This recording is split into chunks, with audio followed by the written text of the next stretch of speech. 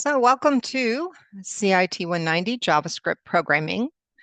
I am your instructor, Lisa Ballback, and when you first come into our course, you are going to be at our homepage, and the most recent announcement is going to be up here at top, so you may want to take a look at the announcement, because especially for this first week, it is going to probably answer a couple of your questions. And then below that, I've got quick links to the live stream class and the live stream office hours. This should take you to all of the announcements. Okay, so all the announcements for the class, and then a couple of our uh, social media resources. And then below that are links to different web resources that students have found useful, not only in this class, but also in the 180 web development class. Uh, so when you first come in here for the first week, you are going to need to take a look at the syllabus. In fact, there is a quiz on the syllabus in our Lesson 1 activities. So if you take a look at the syllabus, it does indicate when my live stream office hours are. So they're Sunday night and Thursday afternoon. If those times don't work for you and you need help, you'll have to email me and use this email address. And then I can certainly meet with you at a different time, but you will need to send me a couple different days and times that you can meet. Um, and just to give you guys a heads up, I do have class pretty much Monday, Tuesday, Wednesday, Thursday from 1 in the afternoon until 6 or 7:30 at night. So um, those times I am not available, but I am available in the mornings. I'm available on Fridays, on the weekends. You just need to reach out. And then below that is kind of a summary of what we're doing in this class. We do learn a ton in this class. So um, you're not only going to learn JavaScript, but we also use jQuery, which is a JavaScript library. We use Ajax, which is pretty cool technology. It's asynchronous JavaScript, but it basically lets you update a portion of your page without reloading the page. And it's also the technology that we use quite often when we interface with an API, which is a programming interface. All of the companies out on the web have them, and you can interact with their API to retrieve information and data.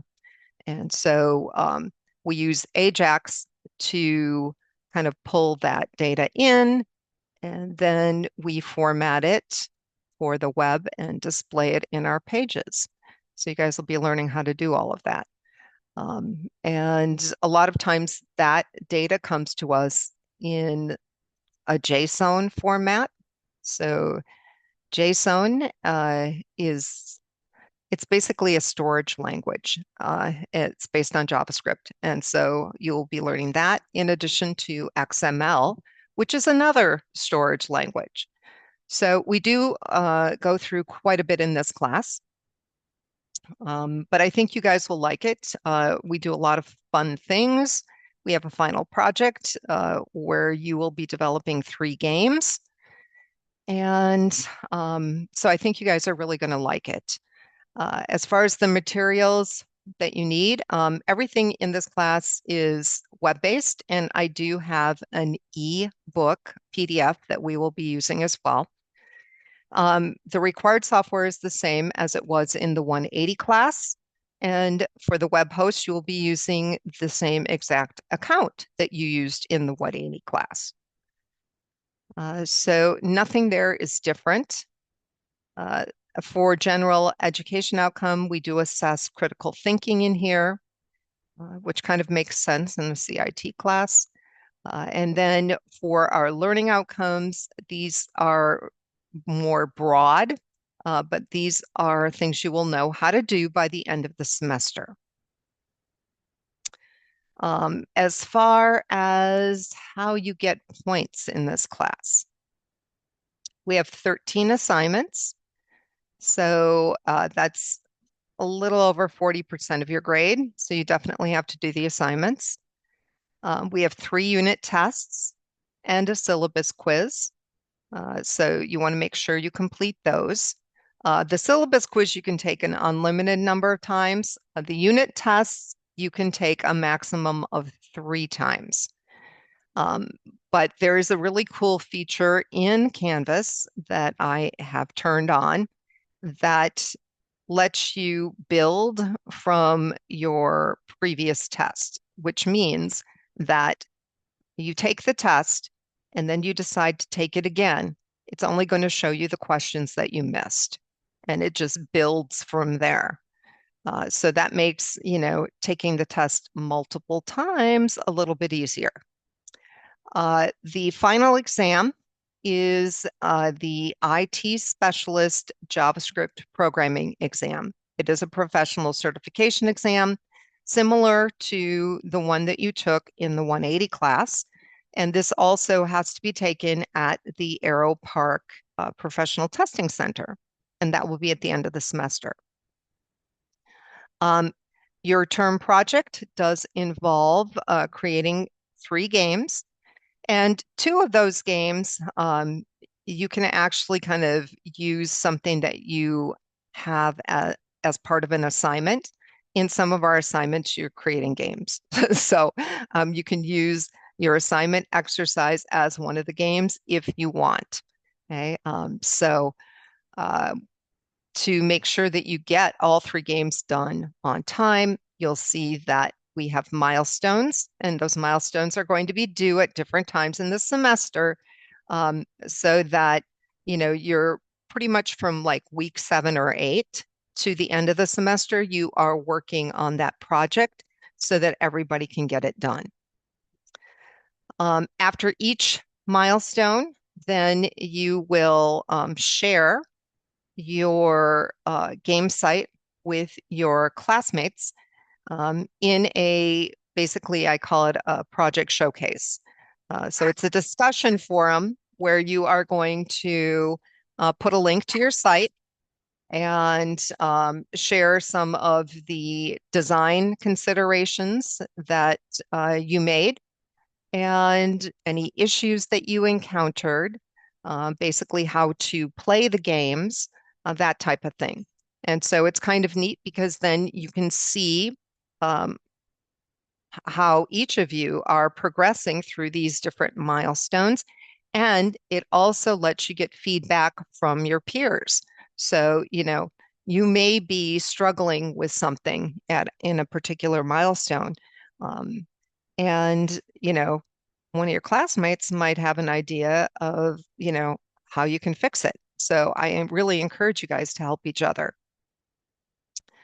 And then lastly, we have several discussion exercises. A lot of them are geared towards some of these learning outcomes that involve a little softer skills, like give and receive feedback in an appropriate manner, describe how well-designed interactive features increase website appeal.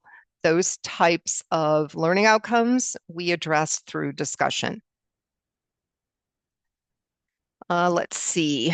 As far as how you're going to be graded, we have 1,000 points in the course, and your grade is based on a percentage. 95 to 100% is a 4-point. 90 to 94 is a 3.5.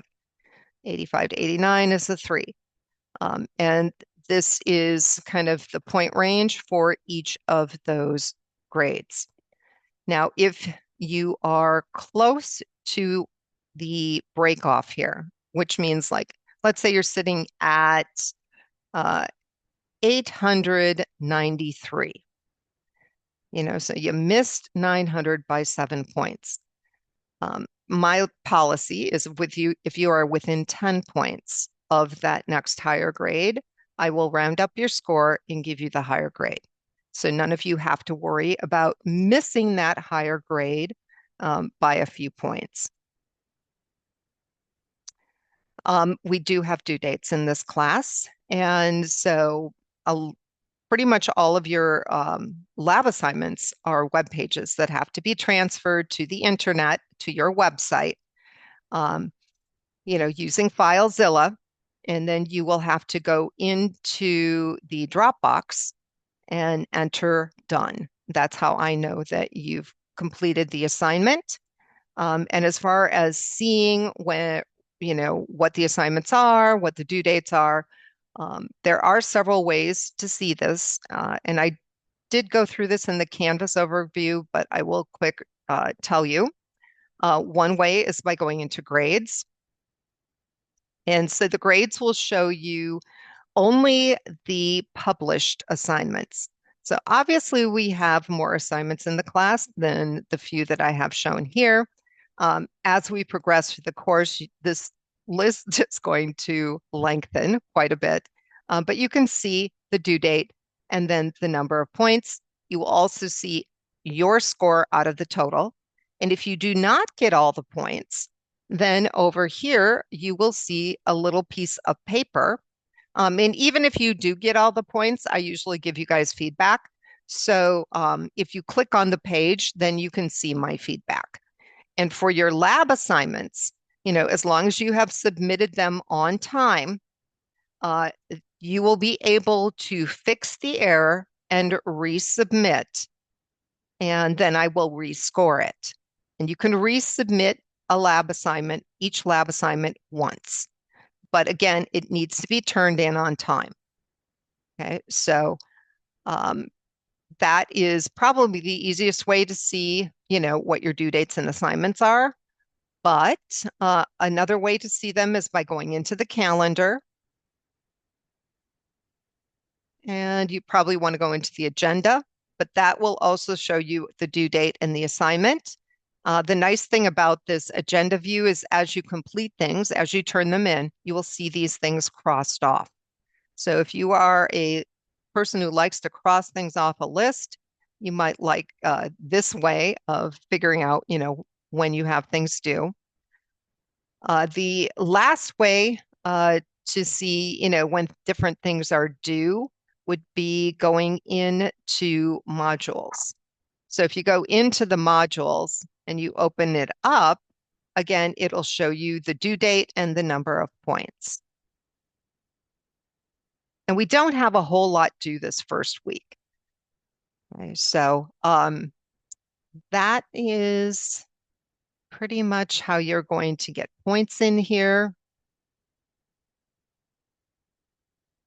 As far as what you do every week, typical week, you'll kind of take a look at the lesson overview, which is at the top of the module.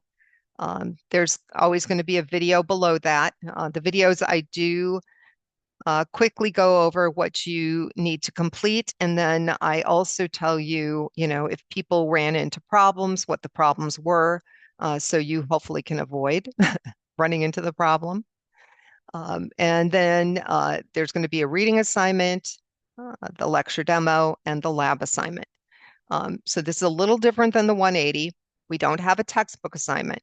Okay? We just have a lab assignment in here. And then there may be a discussion exercise or a unit test.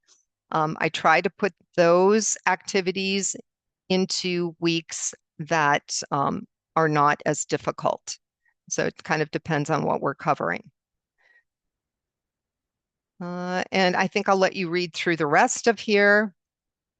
I just want to point out that at the bottom, we do have our assignment schedule.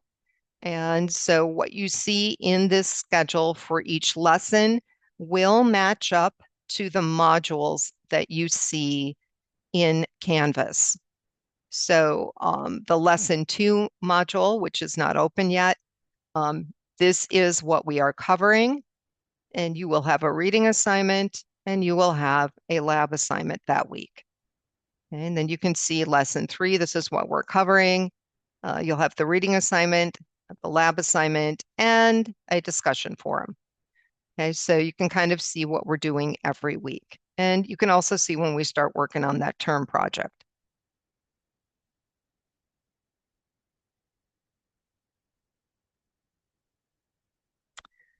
Let's see.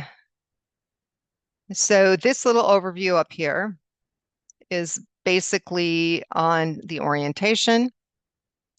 And so this is what you need to finish for that. And then once you complete the orientation, you'll come down here and do lesson 1. Here's the overview for that.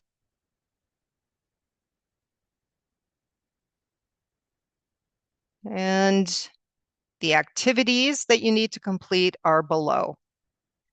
So this book, I like the book. There's a lot of really good information in it. Some of the information is outdated, and for that outdated information, um, then you definitely want to take a look at what I've posted for the web readings and make sure you go through the lecture demo because the updated information is here. But it is a good book.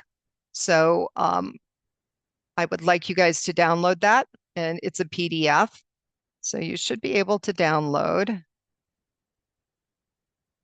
by clicking on the link, and that'll let you download the book so you can view it offline. So you don't have to just read it inside Canvas. And then the web reading assignment for the first week, download the ebook, read chapter 1 and 2, and then there's some online tutorials that I thought would be useful for you guys. And once you finish that, then we have the lecture. And these are super short for this first week. Okay, so this just kind of is an overview of what was in the book.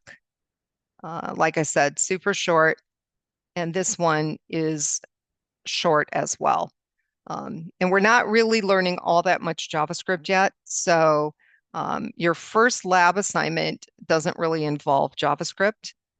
You will be creating an assignment page. But I would take a look through this because this just gives you a little bit of background.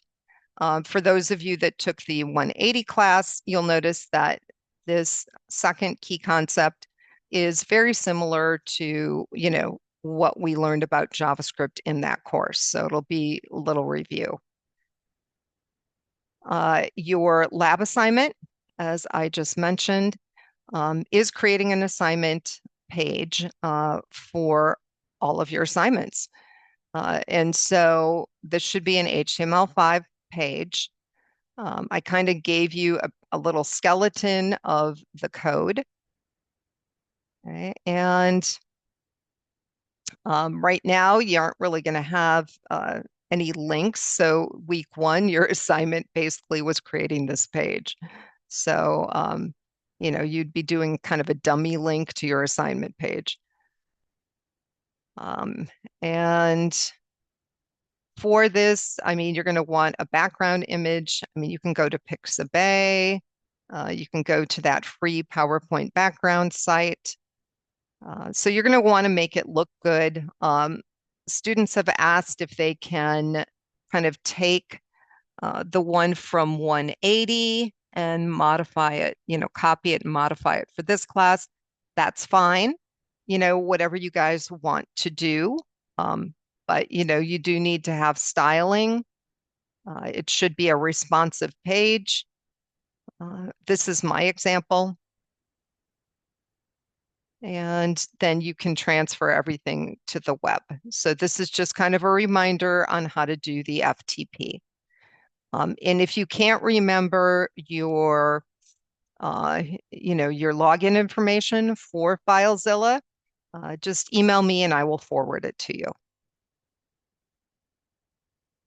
Okay, so as far as the page validator goes, I think you guys know what the drawbacks for the validator are. It does not like nested commands. And for those of you that find it useful, go ahead and use it. For those of you who don't make typos and, you don't find it that useful, I don't care if you guys skip it. Okay. But um, if you are somebody prone to typos, this will definitely help you because it will catch them. And as far as what you need in that assignment page, this is how you are going to be graded.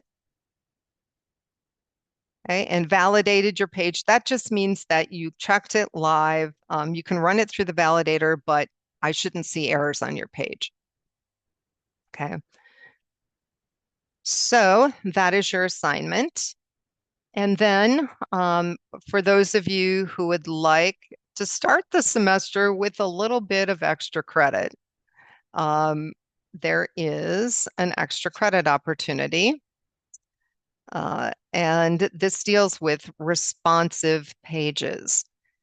So in the 180, we did 3 different responsive formats. And so this is a review of those formats.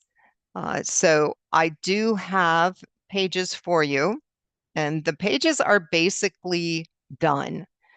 All you have to do is add, the Flexbox stuff to the Flexbox page. You have to add the grid view stuff to the grid view page. And I will show you what that looks like really quick here. But it does make sense once you see how this is set up.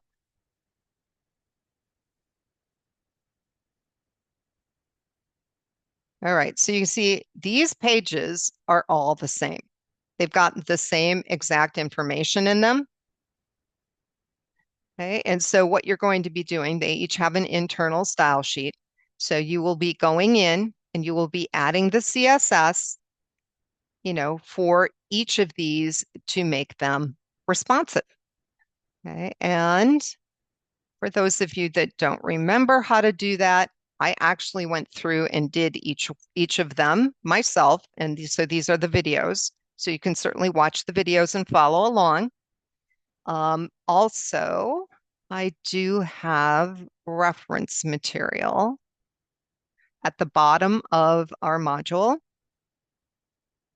Down here, this takes you to our 180 information on the box model. This takes you to the 180 information on grid view. This takes you to 180 information on CSS grid. Okay, so that'll be a nice review for you as well. And each of those pages is worth 5 points extra credit. So, if you have time to do all 3, awesome. If you only do 1, that's okay too. Make sure though that when you complete this, that you add done to the Dropbox. And if you're not doing all of them, just tell me which ones you did. Okay, so that is the extra credit opportunity. And the only other thing here is I know some of you guys like to look at PowerPoints, and so here is the textbook publisher's PowerPoint on the first couple chapters. Okay, so that is what we have for week 1. If you do have questions or run into problems, please reach out and let me know right away. I hope you guys have a fantastic first week of school, and I am looking forward to working with all of you.